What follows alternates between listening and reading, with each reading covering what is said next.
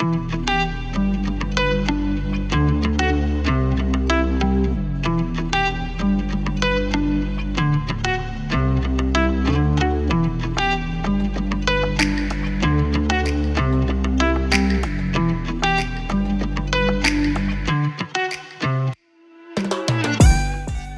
everyone, to what is going to be the most contentious episode of the HappyCast we've ever recorded.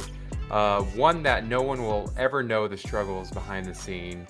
This is technically our third attempt at recording this episode. The first episode just disappeared straight into the nether, just like straight up into the nether realm. It's gone to the ether. Just does not exist anymore. The second episode, one of our guests had to solo record his audio part to make up for what he apparently corrupted. The file was corrupted for the first episode, and somehow that didn't work out. Shout out to Dylan for trying to make it work. Dylan, who's still employed, he's still on our payroll, and he did his best, did his darndest, but it was a Frankenstein's monster situation where just because we can, does that mean we should type of thing? And it's just gone. So this is our third attempt, and you guys will not know the struggles that we've been having to endure here, to the point to where I am 2 cocktails in, so I'm all loosey-goosey for this, and we're going to have to repeat some stuff here, but this is all going to be brand new to you guys. You guys won't know the struggles of this episode whatsoever. Just like we don't know the people out there saving the world from mass destruction or nuclear warfare. We don't know. Like, there's a Tom Cruise is running around everywhere saving the world from shit in AI, but like we just have no idea. And just like Leonardo DiCaprio, as we waited years for him to finally win the Academy Award for Best Actress, actor. Wow, this is cocktail speaking. We are finally going to make this happen. We are finally going to have this episode be perfect. It is going to be wonderful, and you guys won't know any better. So we are super happy on behalf of myself, Andrew, and Stephanie, and Dylan, who is somewhere there doing some altruistic deed. That he's in a far better place than we are at the moment. We are super excited once again, but to you guys for the first time, to have Lisa Decker join us and Shashi. I'm just going to call him Shashi because I'm going to butcher his name, just like Cher or Bono. So, yeah, we're going to talk about their epic undertakings that they both did. And here's the crazy part: they've done more epic stuff since we recorded. And then this works out perfectly. It's been like 3 or 4 weeks since the infamous episode we tried to record, which explains the gap. If you're wondering why we were gone for a week, we just had to take a break. But we're super excited. I wanted to put something out that we were having technology issues, but I got vetoed on that idea. No, we can't show weakness, but now we are. But people, everybody's gonna know now. Nobody's gonna know. Everyone's gonna know. People are more likely to read our Instagram than listen to this, so less people will still know overall. But yeah, so Lisa and Shashi both did Heart of the South, not together. Lisa did Vol State and Shashi did Heart of the South. And this works out perfectly that we're recording this now because since then they've both done other races since then. Lisa did Habanero 100, just fresh off of it. So her mind is probably just re-scrambled. 30 hours she PR'd out there? She re-scrambled. My first up 30-hour 100-miler at the hottest and toughest 100 in Texas. I think it's the toughest in Texas. I don't know. And maybe. Then Shashi did his first official trail race of the year with 6.0 50K. So we got some new information, but again, you guys won't know. You guys won't know because the other stuff doesn't exist. It's like a lost film, like something in the early 1900s that burned in a fire, and just there's no footage of it. But I digress. We're super excited to have both of you on. I'm going to give this away to Stephanie, who led the episode last time, which you'll never hear. But yeah, we're super excited to have both of you on. Stephanie, take it away. I thought you'd never ask. Please. I thought you'd never ask me. Oh, so we're going to start with, Shashi explained it best last time, so we're going to have him explain it again. the difference between Vol State and Heart of the South because they're both Laz's. How do you say Laz possessive? Laz's races. Lazes or Lazi. But also we should explain a bit. These are both races in Tennessee. Laz, who's obviously, for those who don't know, he likes to smoke a lot and blow into shells and shit. And he did Barkley he Marathon. does Barkley Marathon, Barkley Fall Classic. Also does a couple of long distance races, road races. Big's backyard. Big's Right now, backyard. a race for the ages is going on right now. That's one of his as well. Wow. Yeah, I mean, there's a lot that I probably don't know about that you probably know. But he does a race called Heart of the South, which Shashi did. That's where you don't really know where you start. Hey, Um, wait. and We were gonna then let Shashi have this and then conversation. He oh, was we will. And then but these are over 500-kilometer races for both of them. So just some background. translation over 30 miles, over 300 miles Also over for the 30 ear miles. You're right about that. So, so yeah.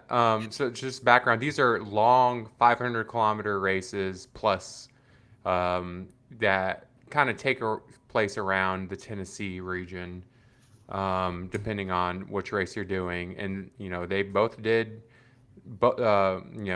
different. They did both of them or separate ones. But so we're excited to hear their perspective for the first time, but also the third time. But it's the second time if you're Lisa. Technically, the second time if you're Lisa. Third time if you're Shashi. So we're super excited because this one's going to work out. But yeah, take it. I want to give this back to you, Stephanie. But now you have a giant human-sized dog in front of you. Okay, So first of all, you're fucking up the whole intro. you Okay, you Shashi, I want you to tell us what's the you difference between you these are two wrestling races. a dog the size of like David Beckham over there. Like, I wouldn't mind if David Beckham was sitting in my lap. yeah, just what's going on over there? All right, Shashi, Shashi, whatever Stephanie just asked you, just just if you don't mind answering that. Hey guys, version Hi. Hey, buddy. 3.0. I'm sure this one will work out right. Yeah, so the biggest difference between these two races, again, these are the answers from the people who have done it, both in the same calendar year or two separate years. And there are two stories flying out there. Neither of the stories are from the race admins, but from the runners themselves. So apparently, after the immediate year, after the COVID year, there was a technical mishap with the Ultra sign up, so it led more people to register than Laz intended for the Volt State. And instead of asking the additional 50 or 60 runners to cancel their registration for the Volt State, he just had an idea to start another race similar to Volt State. And that's how Hearts came up. Hearts happens in June, Wall Street happens in July. So that was the first story. Hey, there were more people intended for that particular year. Instead of asking them to cancel their registration, Laz just opened up this temporary race, which happens 1 month prior to the actual Wall Street. And the second story is since Wall Street is such a big established race where now there are so many people of Tennessee waiting for the runners to pass by them, help them with water, Gatorade, or whatever. Laz kind of started believing the true essence of the race, where the runners have to be fully supported, is going away. But also, he did not want to change Wall Street because it has now become an essential part of so many people during their summer vacation with the cats. So, he just started another version called Hearts, where the idea is similar. It's fully self-supported. You know the start 12 hours before the actual race start, and since this route changes year on year, road angels will not be a problem. So that's the second story why Hearts happen. Heart happens every June, and then Volstead happens exactly a month after Hearts.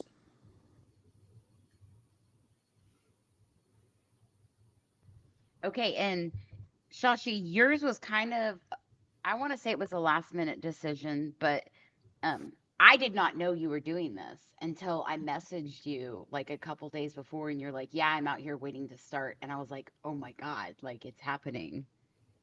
Yeah, I had to go back. There were a lot of things happening with me where I couldn't control my schedule.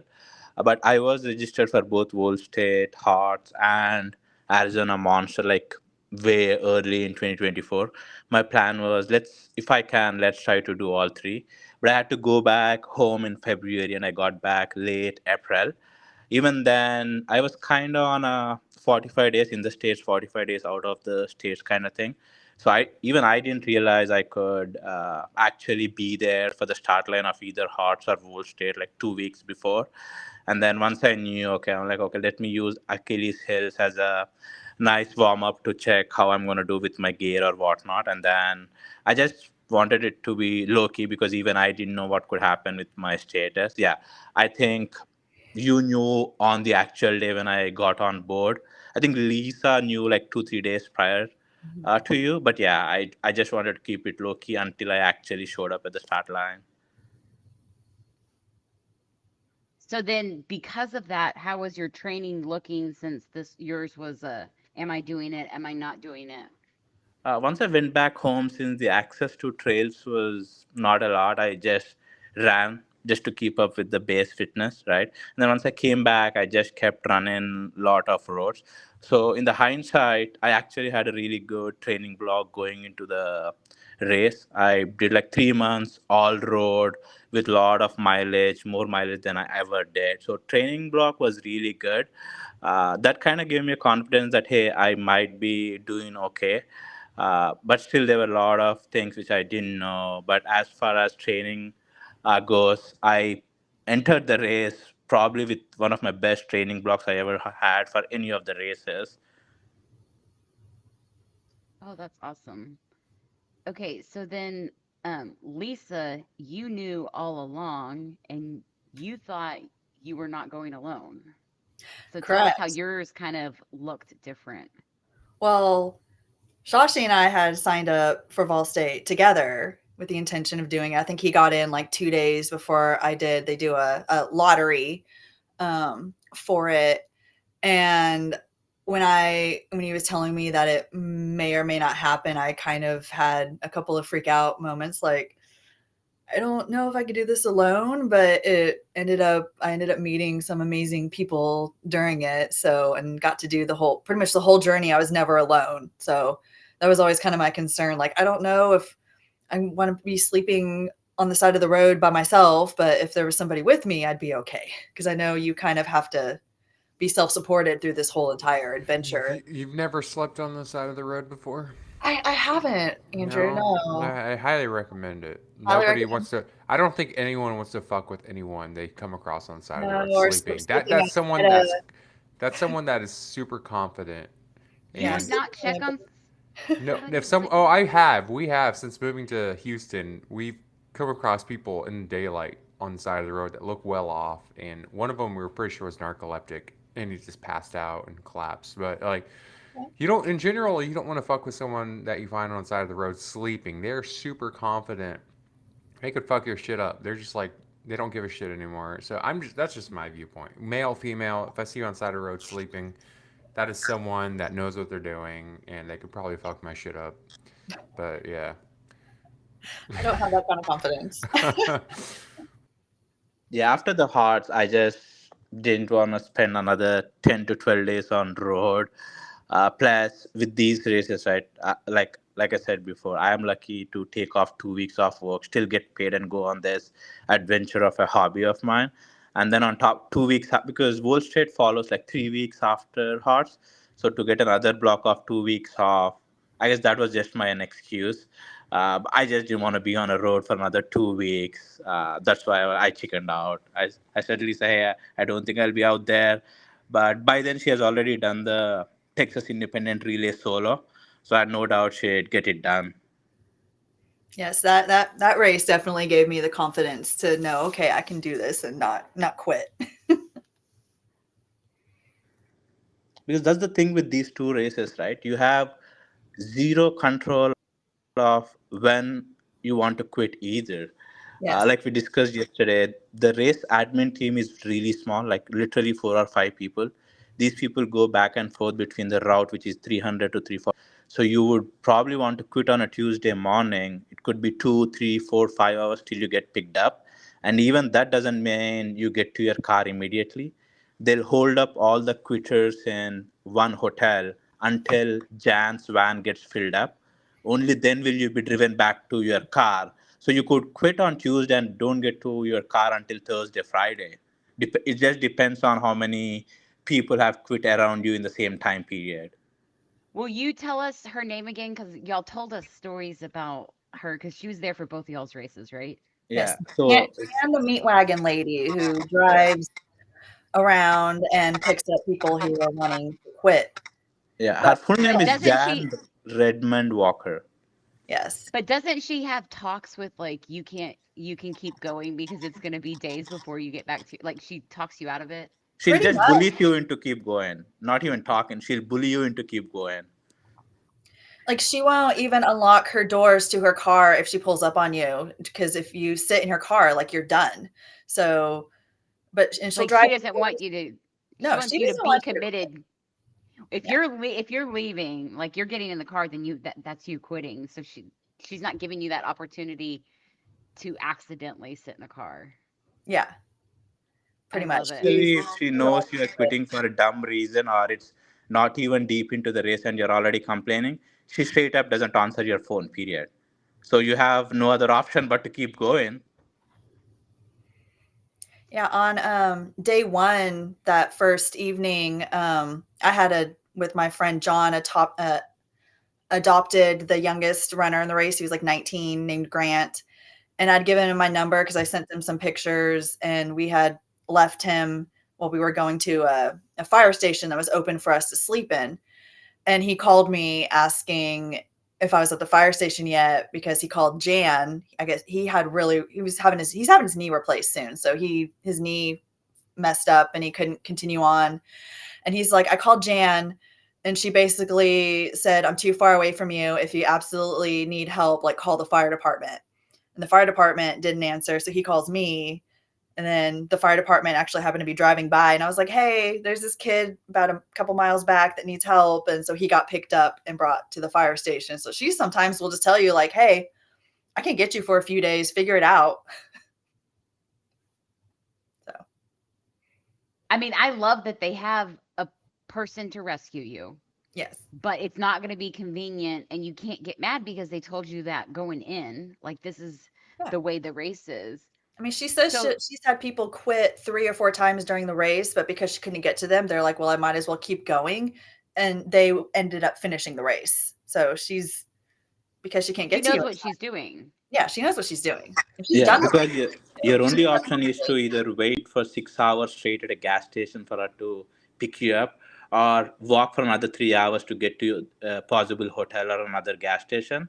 You'd probably walk. It's almost like pushing you into a corner to keep going, rather than just pick you up whenever you feel comfortable enough to quit. Okay, so both of these, Lisa, you knew the route you were going once you started. You had like a GPX file or Yeah, we got it sent to us maybe a week after HOTS ended. I think they were needed a transition between the races. So we get a map of the course. We get GPX files we can upload to whatever to our watch or to whatever we program we had on our phone. So I used Google Maps pretty much on my phone, and then I also had the GPX going on my watch that just kind of counted down the miles, and then it would let me know if I got off course. My watch would yell at me. So that's pretty much what I used, and then just kind of following people and hope they didn't get me lost. right. And then Shashi, yours was a pick your own route. And will you explain how you got to pick your distance? Because that piece was different as well. Yeah, so with hearts, right, the only thing you know is the exact dates, two distances. You can pick either a 350-mile race or a 400-mile race, and you don't need to pick it during your registration or days leading up to the race. You can actually pick an hour before the race because everybody gets boarded. The 400 guys gets dropped first, so you can make your decision then and there if you want to get down with the 400 guys or sit back in the bus and get to the 350 point and then drop there. So for this year there were two versions, a 350-mile version and a 400-mile version. And like with any race leading up to the race, you get all these race emails, right? So 6 weeks, 8 weeks out, Laz starts to send the email briefing about hearts in particular, and it's all like a game for him. He leaves these cues here and there. So the cues for this year's race was all the food items, and based on these emails, the Facebook group of the hot Facebook group goes off. Everybody puts their detective hats on and tries to guess where the starting location is. So there were a lot of games being played. It's all like a game for Laz. Even on the actual day where we are driving to the nearest hotel for the start, the driver starts leaning towards the right exit on a highway where you can say, oh, okay, we are taking this exit. It could be Mississippi, it could be Illinois. At the last minute, the driver veers off to the right. Other than Laz, the three other race admin team, and two bus drivers, nobody knows the starting state or the starting location until the day before, which is Wednesday. So it's all like a game here. And then this year the cues were about food items, so it made people think, okay, if he's leaving, I think one of the emails said about sausages. So a lot of, I think there were like two or three people who guessed the right location: sausage, Vienna sausage. So Vienna city in Illinois, it could be a possible start there. And then I think he also left some other food courts here and there about from Mississippi, famous food from Mississippi. So a lot of people started guessing, oh, it might start in Vienna, but there's a possibility it will go through Mississippi as well. But anyway, so there were two options: 350 and 400, 10 and a half a days. 400 milers start 50 miles at the back, so they get dropped off first, and then 350 milers get dropped off 50 miles ahead of them next. Going into the race, I wanted to do a 400 miler, but we got our GPX file 4:30 p.m. the day before the start. We'll have this huge runner's lunch, dinner, and then while we were on our way to the dinner, that's when he emailed us GPX files with the exact start location for 400 milers and 350 milers. Outside of the first 50 miles, the rest of the course is same. For me personally, the first 50 miles, I felt like it did not have any historical significance or something cool for me to go for it. But I also wanted a full day of gap. If something happens, I wanted that cushion where I could sleep in a hotel for 24 hours and still be ahead of cutoffs. So it's like choosing a 100K in a 100-mile race where you'll have more cutoffs and you can afford more mistakes. So that was another thought process why I chose 350, not the 400. Okay, so y'all had different weather, even though these races were, essentially a month apart. Lisa, what was your weather conditions? Hot and humid. I mean, I thought I would be okay dealing with that coming from Houston, but the humidity was way worse. I got heat rash for my first time ever, like on day 4, I think, and I do not like that. There were some pop-up storms here and there. I think we got caught in one. The days are just all running together. We did get caught in one rainstorm, and we were actually on our way about 10 miles from a hotel we were planning to stay at. So we hunkered down at a road angel's house, which during Vol State, we have a lot of because since the route's the same, we have a lot of road angels that set up canopies or things out their house. This guy actually had a carport, which was perfect for riding out the storm, and had cots and lounges for us to like nap on and snacks and stuff. So that was great. And then our finish, which is very similar, I think, to where we ended the same place, but their route getting up there was different. So we're going up a mountain, Sand Mountain, and a crazy thunderstorm hits us going up this mountain. And there was one section we had to try to pull out our phones because it was a new intersection for the race that there's like 5 directions you can go. And it's maybe about 2 miles from the finish. And we remember reading a story a few days ago that Laz posted about 2 runners getting lost there for like hours trying to figure out where to go. So as we're standing there trying to figure out on our phone where to go, like lightning struck probably like 20 yards from us. Freaked me out, but we ended up getting up to the top and running through puddles and knowing we're finishing, just kind of being like little kids jumping in puddles and running through. And then of course, as soon as we finished, the rain completely stopped and it was beautiful out. That's a peaceful storm compared to Yeah. Shashi. Tell us how much rain you got over your So throughout the Personally, for me, I had rain almost every day. With the rain, especially when we passed through the Tennessee or the Alabamas or Kentuckys, even though it was raining, we never really had a cold breeze or something. So it was humid no matter what. So it rained a lot. It got really hot, really quick as soon as the rain wore off. And on the days where it was not too hot or not too rainy, it was really humid. I got lucky, but some of the runners, depending on when they decided to go out, because even though this is the same route, some people tried to hotel down in the middle of the day and then run through the nights. Whereas for me, it was almost like, hey, this is my daily goal. No matter what time I go out, get to the 40 or 42 mile mileage, and then, irrespective of the time of the day, get my 4 hours sleep, 1 hour of redoing my feet work or whatever. So some people really got hit with tornadoes and thunderstorms where they were forced to stop, and unfortunately, some of the runners, with the downtime being close to 10 to 12 hours, they couldn't keep up with the cutoffs and had to DNF.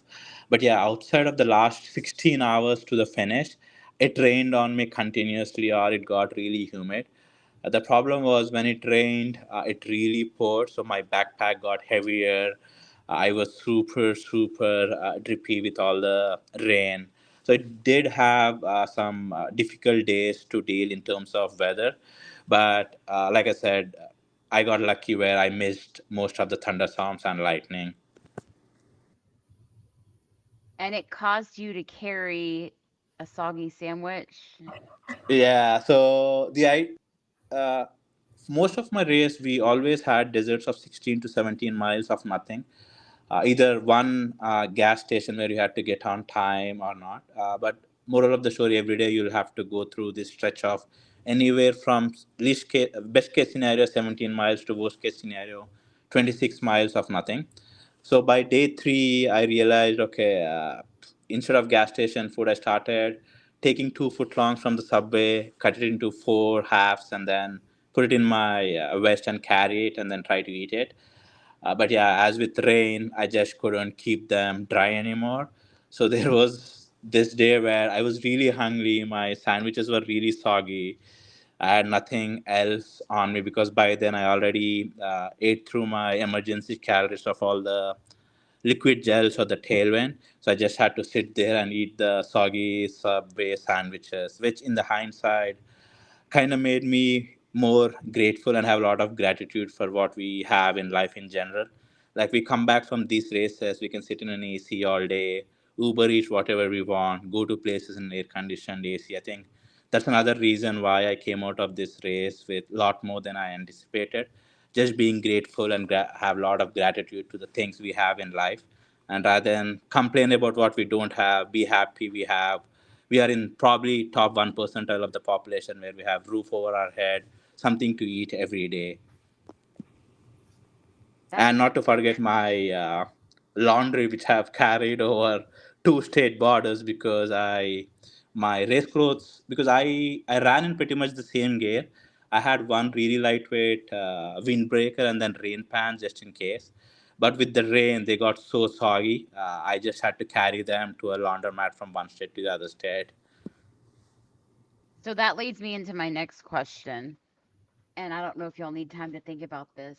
What was the most needed gear and the least needed gear? So I know Lisa said there was something that she like threw away or Well, left. I left like my The pack. battery charger pack at one of the fire stations we stayed at because everywhere we went, they actually had like some places had a charging station set up and I had a wall plug.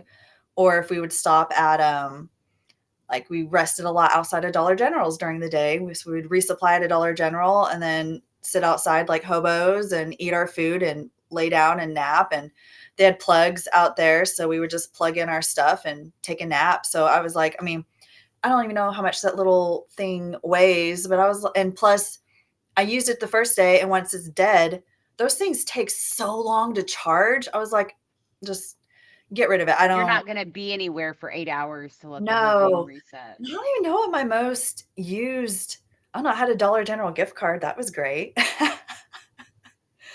But Didn't you end up buying like a Walmart shirt or a Dollar General yes, shirt? I ended up, so when I got heat rash, I had one of those like button up long sleeve fishing shirts, what I was wearing. And it dries too quick. So like the material I had the heat rash all over my back. It was just rubbing on it, making it worse.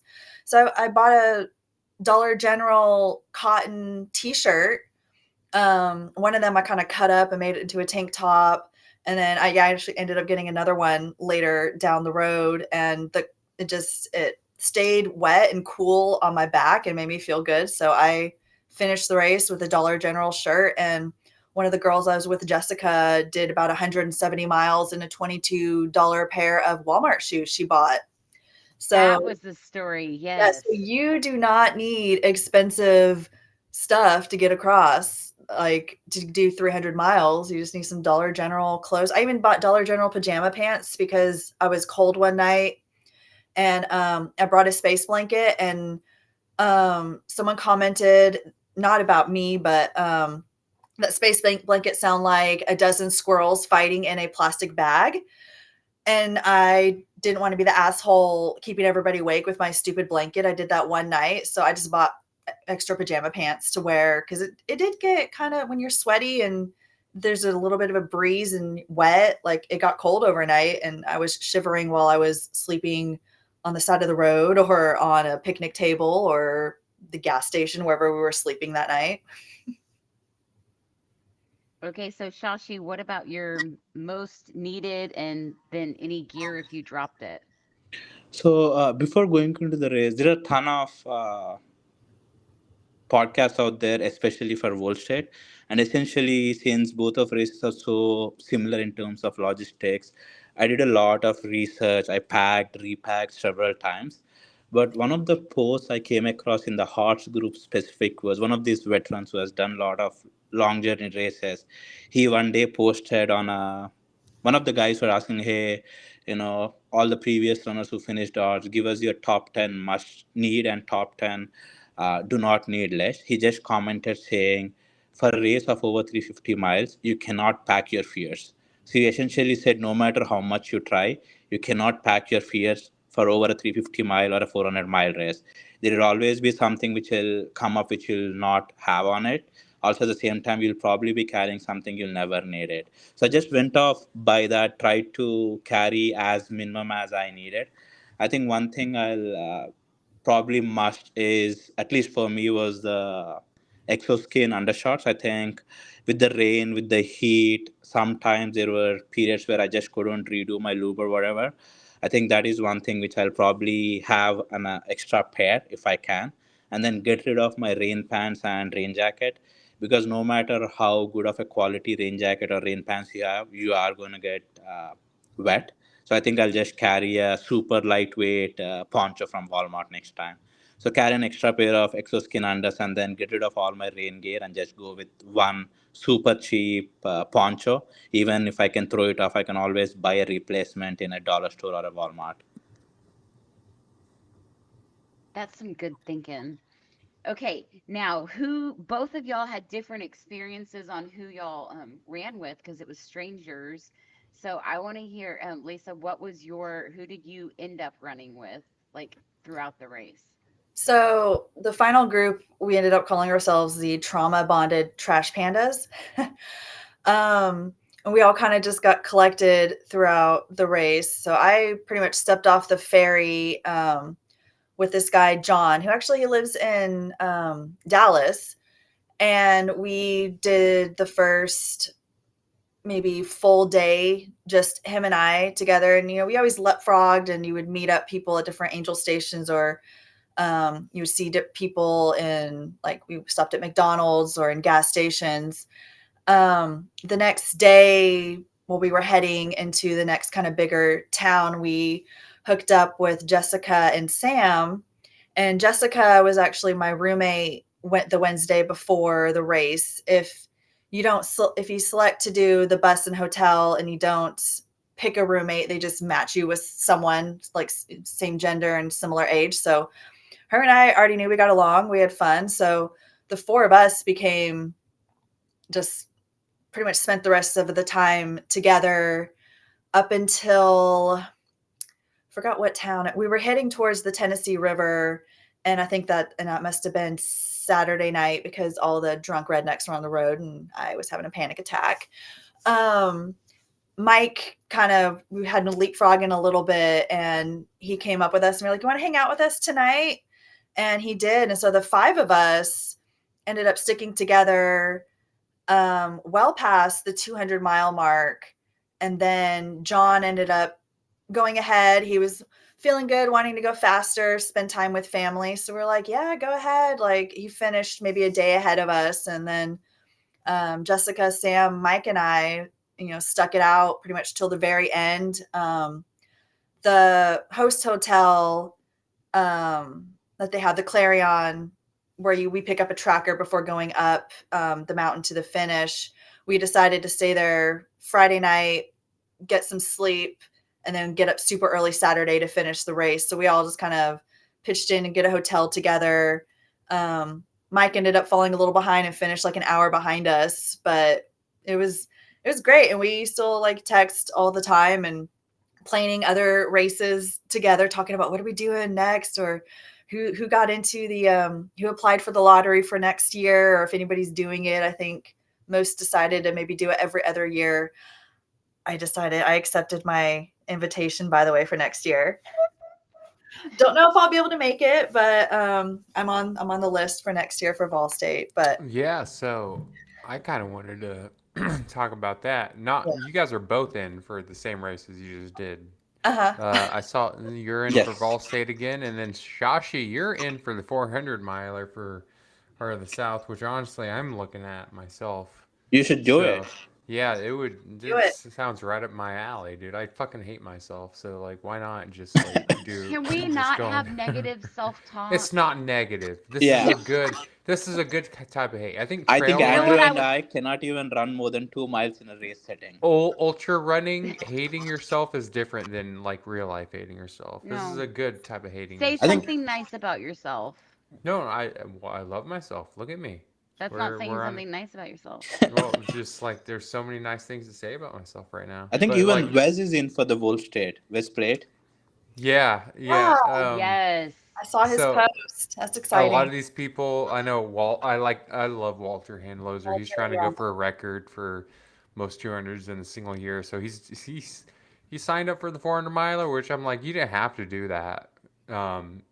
If you're trying to focus on the record, I'm pretty sure you would want to stay as close to the 200 mark as possible, just so you don't have to like blow your body up. But yeah, I saw that you guys are both in it. I'm actually looking at Heart of the South. I think that'd be a fun time. But one thing with that race is you'll eventually get in, even though it's a lottery. So you'll have all the time up until 1 month before to decide if you want to get in or not, or do the race or not. And they're cheap too. I mean, like it's because like you're basically having to pay for everything. You're paying your way to the finish. Right. You'll at least have control on how much or how cheap you want to do it. So go fully feral, no hotels, or be bougie like me, try to get dressed if and where you find it, and make it a little easier on your body. What made you guys want to do these races again, man? Like, I know, Shashi, you're upgraded to the 400, but Lisa, you're doing the same thing again. Lisa, let's start with you. Why? What's bringing you back to this race? Do you feel like you just can improve on your time, or do you just want to see the new experiences? I kind of feel like I'm definitely enjoying these formats of races, the journey races. There's a couple of others I've on my radar that I've seen that if I could fit them in and go do them, I will, but I would like to maybe improve on my time, or I don't know, maybe fight Addison for King of the Road. Maybe, I don't know. It'll be. I don't know what kind of experience I'll have. This first one definitely was to make all the memories and get to the finish line and meet a bunch of amazing people. Next one might be to just run the whole thing and see how fast I can do it, or I might, sync up with some amazing people again that we clicked with and connected with, and do it with them again. You never really know what's going to happen until you step off that ferry, I feel like.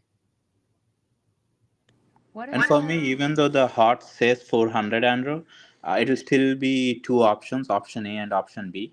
I think just to make it easier for the registration, he put it up as 400 milers. He'll still give you two options. I think A is around 400, 410, and B will be around 340, 350. For me, it's just the curiosity of trying to go to different places in the states because the route will not be the same outside of how you get to the finish. So last 13 to 17 miles, everything else will be different every year for Hearts. So I think that's what made me curious to go back and see what kind of route he takes us through this year. Seems kind of like ominous, like the way they describe it. Like you'll find out the route the night before. Were you super nervous about this, or was when they kind of like gave you the route, the map, was it more straightforward than you thought? So the map was pretty straightforward, but okay. So the night before they give you a hotel, right? So most often not, one of the roommate will always be paid up in a way where one of the guys is it's his first time or her first time doing the race, and the other person will always be a veteran. So my roommate was Addison, right? So when the I think you know Addison, right? Addison Paul Hendricks, he won Wall State and Hots already. I think he's like 27 or something. Really young, really good journey runner. So he was my roommate. So as soon as the map dropped, he's thinking about winning it all, right? So he's reading his ideas out loud, and I'm saying here just seeing at the map just to see how I can survive. Initially when the first 17 18 miles of the 400 miler had nothing, but then once I dialed back in, looked at the 350 gpx, it was pretty straightforward. You just have to pick a hotel, uh, and then google that hotel, see the working hours, and then plan it out. The best case scenario, like I said, was 17 miles without any help, and the worst case scenario, I think there were 2 points where we had to go to 30 31 miles. Even though I was not I've never thought about if or not I'm going to finish, because, like I said, leading into this race, I had really, really good training block. I did that night urban run with Pam where we used gas stations as our aid stations. So we ran from Pam's house to trail head running supply, 32 miles just using the gas stations. Even before that, all my long runs were, hey, 30 miles, use one gas station for every 15 miles. So I didn't really felt nervous about the actual part, but yeah, there were definitely sketchy parts where I had to go through this downtown, but the reviews of all the hotels there were not really good. So I kind of got really suspicious about those places, kind of scary. But then day two, day three, you are just happy to find a hotel on your way. Yeah, I mean, like I was joking earlier about just sleeping on the side of the Hmm. road, but like I've done some of It's these trail comfortable. races that last forever, and you just don't care anymore. You Yep. will just, I will gladly take a hotel room that has Norman Bates and his mother just like roaming around murdering shit, and just like, okay, cool, dude. Just like if you're just gonna murder me, let it happen, but otherwise, just let me sleep. Yeah. Like cockroaches, I don't give a shit, dude. I'll Yeah. name you. Have you ever seen the movie Joe's Apartment? Like, look it up if you haven't. But like, I'm all about that, you know. Just it's just kind of cool. So I'm seriously considering it, especially this is technically the third time you've done this episode, and the more I hear about it, the more it's like, you know what? Maybe there's a reason why we're recording this 2.5 times, at least on your end, Shashi. It's Yeah. just For it you, I makes think me it will kind of be want maybe to a this do it. is different. a sign? Yeah, it will be a different experience because you have done the mountain stuff, right? The tough part. See what the road adventure brings to you, right? Shin splints are usually what happens. I did 300 miles on flat surface before, but that was a loop, and I got shin Yeah. splints, and so that's one thing I just gonna. But it sounds fun. I'm seriously considering joining, and I'm happy that we're having to do this recording once again. So, You'll definitely come home with a lot of cool stories and different perspective as to how you look at life for sure. That is something I'll guarantee. sounds fun, man. So many I'll crazy think about stories. it. Lisa, just so you're wanting to improve your time, or maybe, or just like it's just so it just sounds like in general, just the stories. You just want to see what, I want a good story. yeah, good story. Is there like, is this are these distances you guys kind of want to like explore further? The It's growing. It's getting more, and I feel like I've told you, I think before, Lisa, just like I think people like us are like, this is kind of our niche. Like I think so. this is great. Like I just love getting lost and immersed in the mileage to the point to where it's hard to differentiate reality from the moment that you're in. And I love getting lost in that world. And it's just something I personally would love to explore more. And I just feel like both of you guys, like, there's, Definitely. I'm it's, just getting started. yeah, in this distance, it's getting better and better, just more options out there. Can we lead into what y'all have done since these races are finished? Normally, we would ask about recovery, but at this point, Yeah, we're gonna skip that shit because like we already talked y'all about are it on the fucking episode. recovered. That's not like, so you guys are already beyond recovery. You guys have both done some stuff since then. Shashi, I know, going on just everything in your life, like you did your first official trail race this year Of with the 50K 2025. of Yeah. 2025. Sorry, I should say that because these are the races we just talked about, both the road races. I doubt there was any sort of dirt you ran on, but No, maybe it's not. pretty much, yeah, It everything rained a was lot, good. Last maybe. mile was dirt. Yeah. Yeah. You Last guys have two both miles was, yeah. you guys have both done some things since then, so we would like to talk about that. Shashi, let's start with you. Yeah. This past weekend, you're fresh off of your first trail race of the year. So what did you do and how did it go?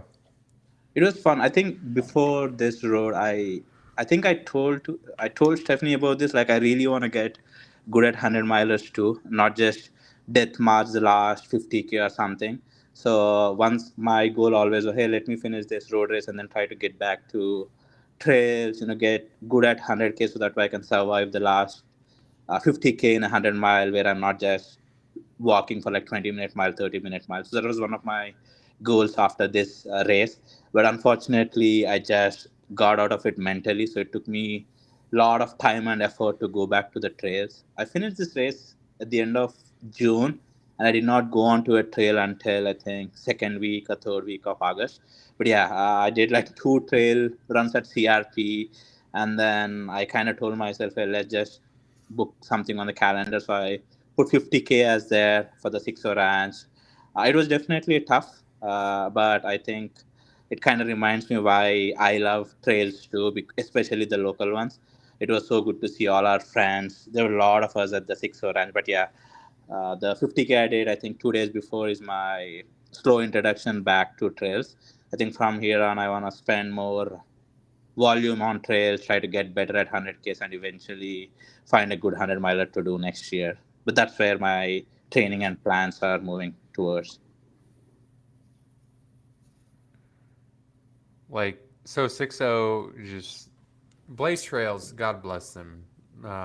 Just nothing but rain for most of the races recently. I was not there this time to curse it. I was And not then there. I think I Stephanie, was the one because this is my first Blaze race this year. I was not at Grasslands, no rain. I was not at Lake Murray last year, no rain.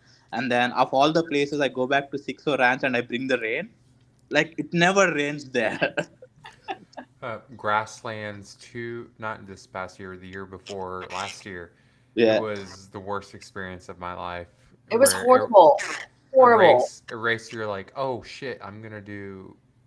Can I do sub 2400 miler? And then you're just like at mile 50, you're like, nope, I can't do anything. It's Shashi. I will never forget, dude. We ended up like meeting up around Yeah. mile 40 something. You couldn't. We were both struggling so much, but it was so muddy that you couldn't climb up one of the hills. Yeah, like small dinky It's hills. just like you kept sliding down it, and I'm like, when I saw you, I'm just like, dude, if that's Shashi right now, like I know that I'm a decent climber and I can do, but like Shashi's legit. That's gonna be me here in a second. Like so I remember we ended up like we never saw you again. We're just like, dude, did he make it up that hill? So we're just like, Dude, we're dropping. We're Yeah, so because done. I got to an aid station and dropped, and then you and Brandon finished the loop and then dropped. I finished the loop just to drop. I'm just like, Yeah. I can't, I don't want to be picked up. Let me finish it. But that was a scary last 5 miles It took before me I like dropped. 40 minutes to get on that small climb. I think it barely had like 4 feet or 5 feet up gain. I kept Dude, going it's backwards. like the only steep climb of the fucking race. And it just like no one could get up it. It just kept sliding down it. So, but yeah, the Blaze is unfortunately being ransacked with the rain, but I enjoy them. Some of the best race directors out there, Chris and Ann.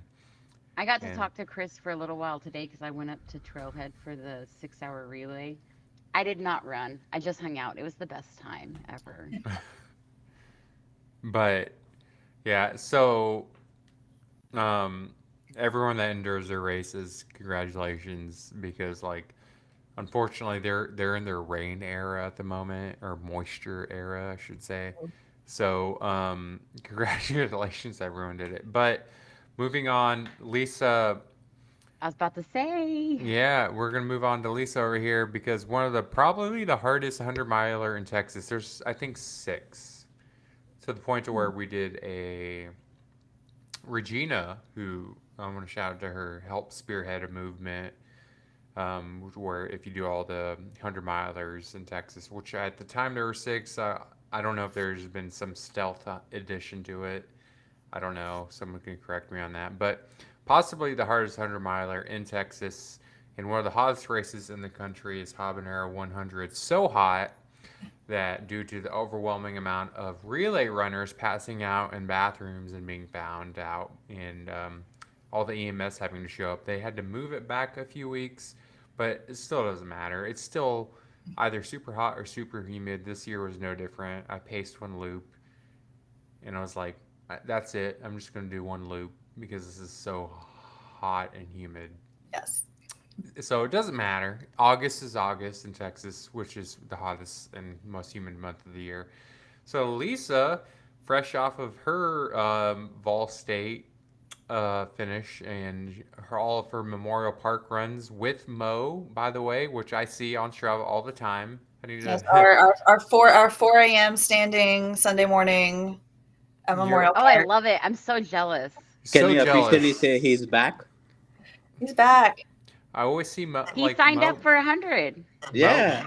Mo and I, like, we did our first 100 together, and we go way back, and I need to see that guy, and you're spending all the time with him. I'm a little fucking jealous. I'm a little angry at you right Come now. join us 4 a.m. Sunday. Well, Let's go. I'm about to get back on day shifts. I'm only 2 spots away from getting back on day shift. I just Okay. found that out today, so once that happens, I'll be able to do that. But yeah, so you did Habanero 100. One of I the hardest, did. a race so hard that if you finish it, your name gets put on a shirt for I the just wanted my following name year. on the back of next year's shirt. On no, That's just all kidding. that Regina But wanted. can we just So talk for a second that this was your first sub 30 and this was the race you picked and It- all the fucking training you put to finish this? yeah, Like, I still don't know. Like, you worked so hard, all that weighted vest, like all of it was paying off. And I was thinking about you the whole time. I did send you a song. I don't think I listened to it, but I do. I'm sorry. Okay. I was like So- so focused.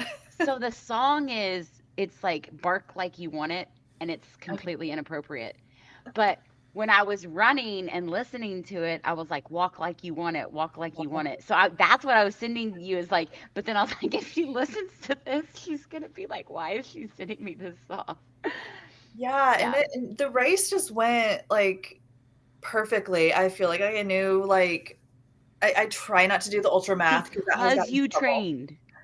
Yes. Okay. You earned this. I don't Like, consider you, what I do training. It's just what I like to do to get my miles in. Like I don't have a training plan. I don't set how many miles I'm going to do every week. I just, when I can, I go out and do some miles, and most of them are with my weight vest or my ruck. That's just what I like to do. But I had to really like first time to really just get kind of serious. And of course I was still having fun. You know, I always have fun at everything I do, but to really like having to utilize like the volunteers and my pacers and some of the crew, because I hate asking for help, but I started being like, I had to turn my loops so quick. I could not like, lollygag and fuck around like I normally do and talk with everybody. So I'd be like, here's my ice, here's my bottle, like actually like delegating things, which is very new to me.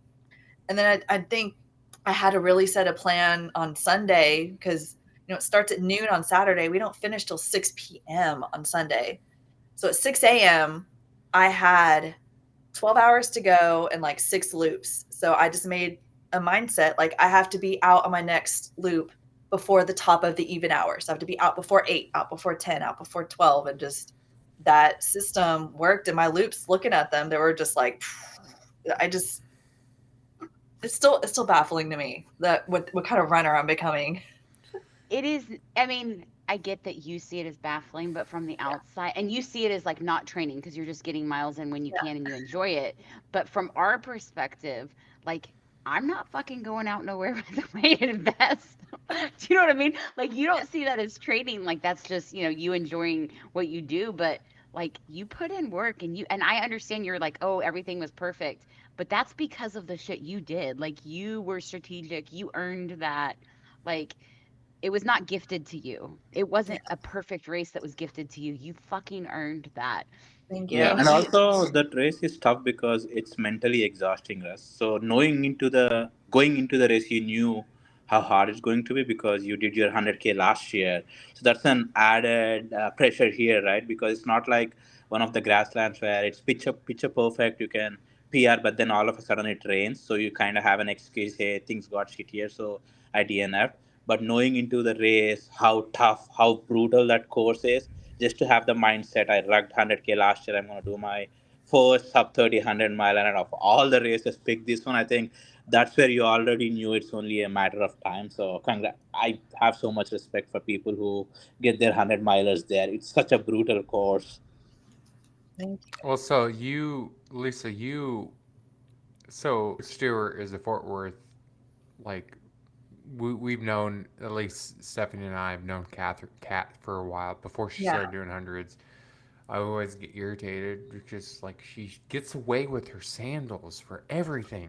Yes. How do you constantly get away with using sandals for everything you do? So for DFW in general, the whole region, the hardest, at least the most technical and most vertical trail we have is Marion Sampson Park, which is what I was born and raised on. And she will go out there and do the vertical 1 mile loop. There's straight rocks and verts and sandals, and she'll do it for 100+ miles every year. She does something ridiculous. Like, her mental fortitude is insane, and her ability, especially with sandals, is insane. And she's been doing habanero. What is this, her 3rd year doing it, or 4th year? Fourth Fourth finish. year. And she's always just chilling. DFL every year, right? Yeah, It DFL every stresses me the year. fuck out. So bad it stresses me out. So I got a few. Yeah, first of all, is she intentionally trying to get DFL? Like, you spent time with her. I saw, like, you guys finished together. Yes, which was not planned. Like, I went out on my last loop not knowing I was going to be the last person starting the loop. Everybody that came behind me, I guess, missed the last loop cutoff. And when I get to the halfway aid station, they're like, "Oh, you're our last, runner today." And I'm like, "Okay, I'm DFL. It's cool." I was like, "I have a 5K to go. I have over an hour. I'm good." So I'm owning it. I already told Kat I'm taking her crown. I'm gonna take DFL from her because she's already had it 2 years in a row. Like, she needs to pass it on. And then I get to the unmanned aid station, which is 1 kilometer from the finish. And she's like hugging an ice chest and looking at me saying something. And I'm like, "Are you okay?" Apparently she had been sitting in the ice chest. And so she said, "Don't get ice from this one because I've been sitting in it." And I'm like, "Oh, girl, you okay?" So I was like, "Come on, we're going to finish this last kilometer together. We're going to get this race finished together." And she's like, "Just so you know, I'm not running it in." And I'm like, "That's fine. Like, we're going to finish." And that's why you can see us in some of the videos. We're like stumbling. We're like, "How are we going to cross to make sure our times are exactly the same?" We're so out of it. And we finished, and I had like the best hug of my life and cried in her arms. And it was great. She's cool. I've never like I Her. know she can and she has, but every time I've seen her, I've never seen her run before. I don't even know what her stride looks like. I Stephanie, did have you seen her run before? Because no. but she like at the very least her walking speed is so good. Like her hiking speed is so good. I did one whole She loop with her on Saturday and I had to like jog to keep up and I was like dying. She's got this I thought I had a good power walk. What's Hers is this with the amazing. she sandals knows too? exactly what she can do Mhm. to get away with Yeah. it. She knows exactly. And it's like, can you give us a little wiggle room so we don't stress out so bad? But But we got I've to seen go. her, yeah. I mean, well, and that race, like it's not about speed. It's not about No. how fast you go. I mean, you have to keep It's also moving. You all do have to have strategic. quick turnarounds. Yeah. I think the hardest part is that you have so many stops because you hit that ice stop twice. You have an aid station on the course and then an aid station at the start finish. You can't be stopping 4 times per 10K loop. No, that's definitely like I like my breaks and I like resting and this is I don't know how many people I told habanero to me was way harder than Vol State and Vol State was 3 times as far, but I got to take my time. I got to enjoy myself. I got to take breaks. I got to sit down and eat a meal and I got to nap and habanero like I could not I could barely even like change my socks and like take care of my feet, which I'm down 4 toenails. But The room for error is so small, right? Especially in a 100 miler with 30-hour cutoff, yeah, you cannot afford a lot of downtime, and especially if you are slow like me, you are not as fast to make up for the downtime. You really have to keep moving. I think I had this discussion with Stephanie as well. 100 milers with a 30-hour cutoff, the yeah, room for error is so small. If you are slightly slower, you have to keep going no matter what. That yeah. makes it so much tough, especially when you are somebody who likes to yap, take your own sweet time at a aid station or whatnot. Oh yeah, 100%. And I definitely it was very hard mentally to not just to get myself like as quick as I could in between the loops. I think I wouldn't give myself more than 10-minute break. Like I knew what time I wanted to start my next loop and I had to be on it before yeah, just had to be on it before I hit that time. So you knew exactly what you needed to do to get away with it. That's why this is so much fun, right? There's no one way to get to the finish. Everybody has their own thing. Everybody knows what they're doing. Yeah, That's why everybody it's so much fun. For yeah. sure. Okay, so we're gonna wrap this up. I don't even know what my can't let it go was Listen, we need to be that careful episode. here. We need to be careful. I just like Shashi has done this episode more than anyone. So we just need to be cognizant and aware. Just we need to listen. I've had all right. So I've had 3 drinks now. I'm just Okay, like so we're that gonna meme. mute you. Yeah, no, don't mute me. But I'm just like, let's make this. We need to stick the landing here, or we're skipping another week, which is not good. It's just We'll just chat every day until we get we one. It's We fine. we got this. All right. So we're gonna do the can't let it go, Stephanie. All right. Let's just be That's what I was careful. doing You were when doing you it. started rambling. I'm. Uh, It's just like okay, I don't so know. Andrew, what is your can't let it go? I un I disconnected Oh my my headset, god. so I can't. Okay, wait. Andrew, I what don't was know if your you're can't let talking it right go? now. Andrew, what was your can't let it go? Oh, okay. So I reconnected it in time. So straight face. All right.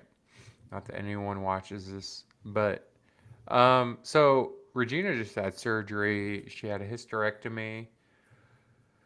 Kind of just like this whole year in general has been extremely rough. I will eventually talk about what's been happening to me because there's been some bullshit going on my end. That's kind of halted some of the things I've been wanting to do, um, due to legal stuff. Um, since moving to Houston, there's yeah. Anyways, so I'll get into that maybe a little bit later on, but I'm kind of hesitant to do too much right now, so I'm just kind of laying low until like I'm cleared of some things. Which honestly, this makes it sound a lot worse. Never mind. Can we edit this? Never mind, Dylan. You're good.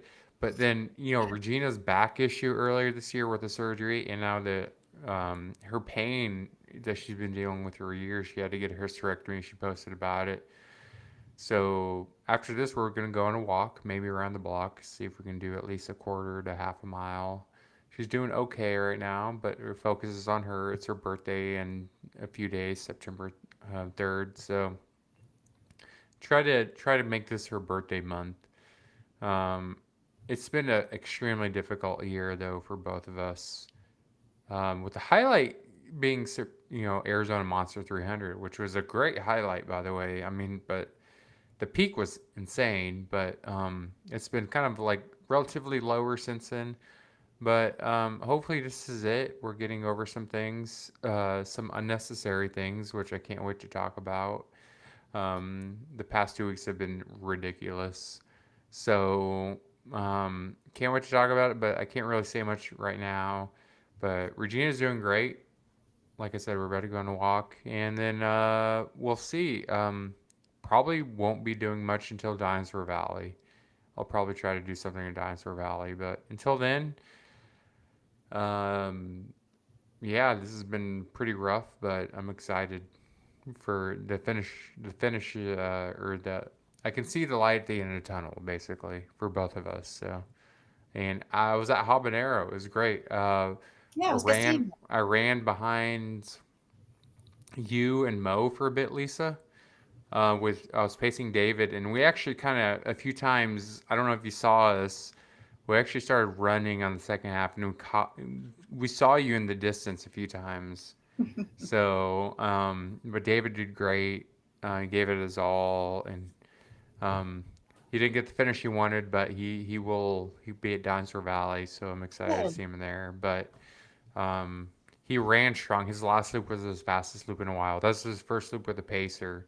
So I think if he had one from the beginning, he would have been great. Like from when he could have one, he would have been good. So, but yeah, it was awesome seeing you, and we saw you run a lot, or at least when we saw you with Mo. So Mo's one of my favorite people out there, and so it's like you're in good hands. And so congratulations on your finish. So Thank it was nice seeing you out there. But yeah, that's my can't let it go. A little more long winded than usual. That's usually Stephanie's job, but yeah,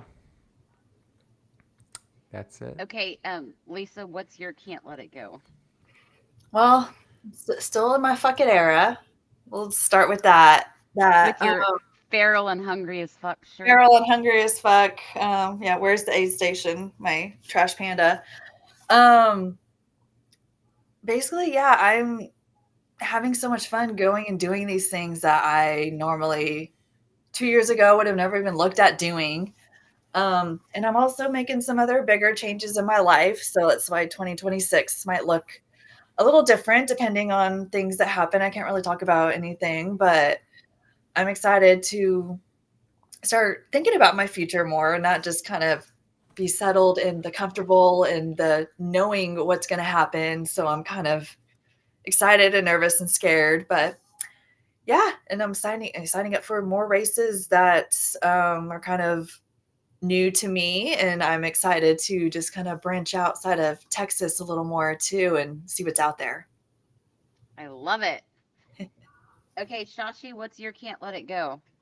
Uh, First of all, I just wanted to say something on what Andrew touched. So, speedy recovery to Regina.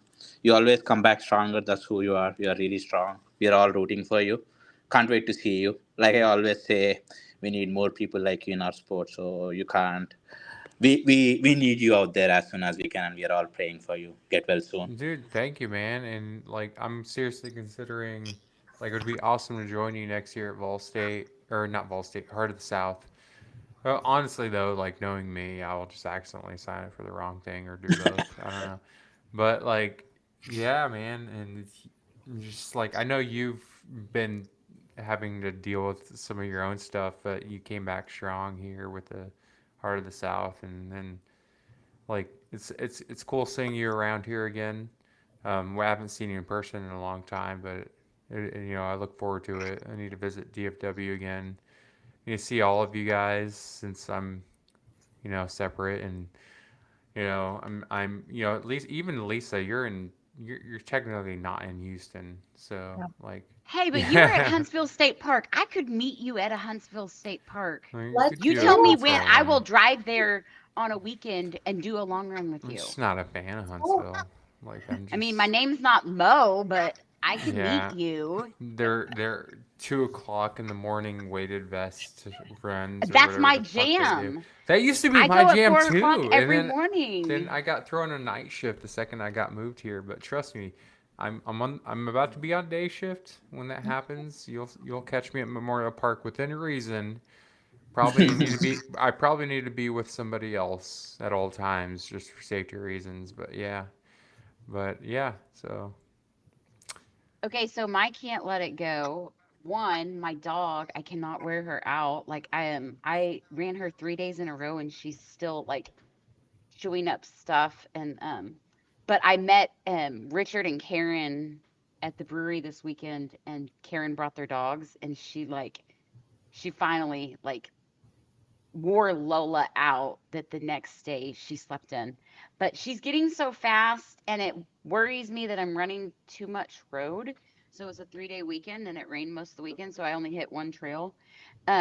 So that scares me a little bit going into my next race that's 3 weeks away. But I found I'm starting to research the stuff for my race in 3 weeks that's in New Jersey, and I found a pacer, but she's the lady that won the race last year, so I don't know if her expectations are going to be too high for me. But in the race paperwork, they said that we're running where there's black bears, and they have like a whole page dedicated to what to do with bears, and it scares me. But I'll wear Lola wants to some bells and sing. I know. I'll be fine. But so I just feel like everything's, and I haven't raced 5 weeks maybe, and school's been kicking my ass, and like just trying to like figure out what I want to do next step in life and stuff, and um, it's just been a very intense, go of it. So right now I'm a road dog runner, but um, hopefully I'll get back on the trail. yeah. Um, I hope Houston develops more trails, at least down here. So I need to venture further north, though. You guys, it seems like there's more trails north, or at least in Sugar Land has some good trails too. But like, yeah.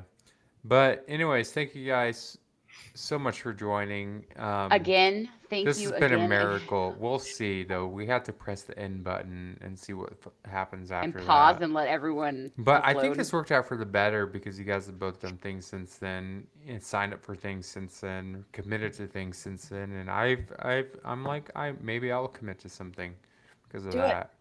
And so, congratulations on everything that you guys have been doing and overcoming to get to this point. Lisa, we've had you on before on a solo episode.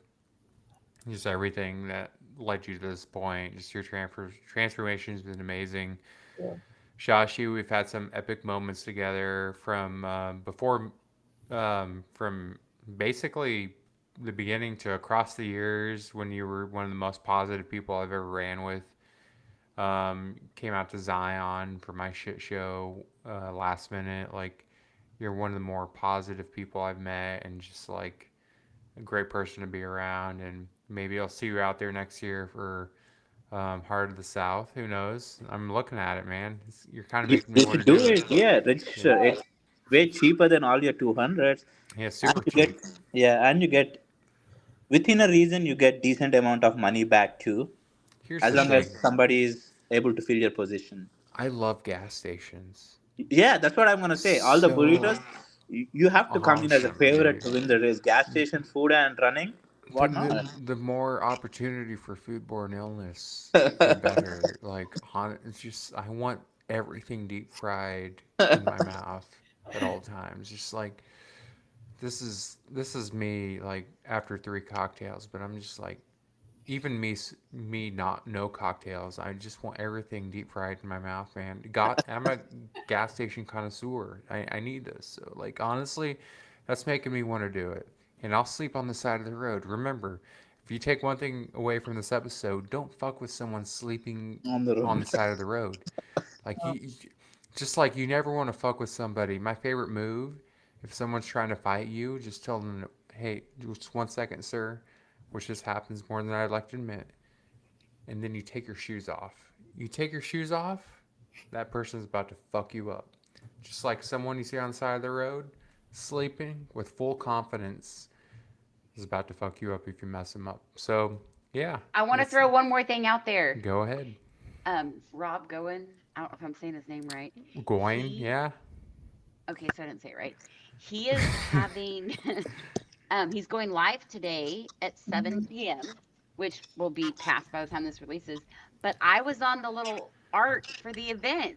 It was my first, that was my first 50 miler, and I went and checked from 2019. That's how old that picture is. But anyways, I thought that was cool. Yeah, he's making a comeback to trail. He created trail racing over Texas. I had a little chat with him. So did you? When did you talk to him? Where? We had a phone call about a race. Oh, phone call! Wow. Oh my God, you have insight. I want to know. I mean, I talked to him. I talked to him like a couple weeks ago, but it wasn't a phone call. I guess he fucking hates me. Okay, so at least it definitely has more ins. But yeah, we're excited his return to race directing. We'll see what all he does, which I know will be somewhere centered around where we're at. I don't know how far out he's going, but maybe Lisa knows. But we'll find out soon. Maybe we'll talk about it. He was one of our first guests on when we did the podcast, I think episode 6 or something, somewhere after when I broke my ribs on the podcast. So always a fun memory. But thank you guys so much for joining. This was amazing. Yay, this is thank you working so much. We appreciate it. This is fucking working. Stay on for like a minute after we end this. Okay, I believe in us. We're not doing this again. If we do it again, make sure you do an epic race after, like, so we can talk about that. Well, Shashi and I are both doing a Paris Bear 100K in what, 3 weeks? I saw. Yeah. That's also like, Jesus, you guys really love the mentally challenging races. Like you. But yeah, thank you guys so much for joining again. This has been great. I think it worked out for the better. We had more content, more things to catch up on, more introspective thoughts and perspectives. More Andrew ramblings. Just, well, like, I knew going into this, if we're doing this again, I'm going to be unhinged. But I think I reeled it in a bit compared to other episodes. So thank you guys. And see you soon. And hopefully, like, yeah, man, I kind of want to do one of these. Maybe we need to convince Stephanie to do something like this. How about this? I will go, if someone can do one over the summer where I'm off work, I will go. Well, let's see, y'all can't get crew on those. Andrew can do hot with Shashi, and you can do Ball State with me. You should do that. She's not saying no. Lola just said no. Y'all didn't hear it because I have her on mute because she's barking at me right now. Well, listen. She's saying, bitch, get off the podcast. You bitch the computer too long. All right. We're going to kick ourselves off here. Thank you guys so much for joining us. Thank you so much. No Happy worries. ending. I'm going to hang up last just so my audio is in. Okay, we got yes, this for time. sure. This is working. If you're hearing this, it means it worked. If not, Okay, perfect. We may need a stand-in for me for the next recording, to be honest. But all right, until next time, Mo knows. Happy endings. Monos, happy endings. Happy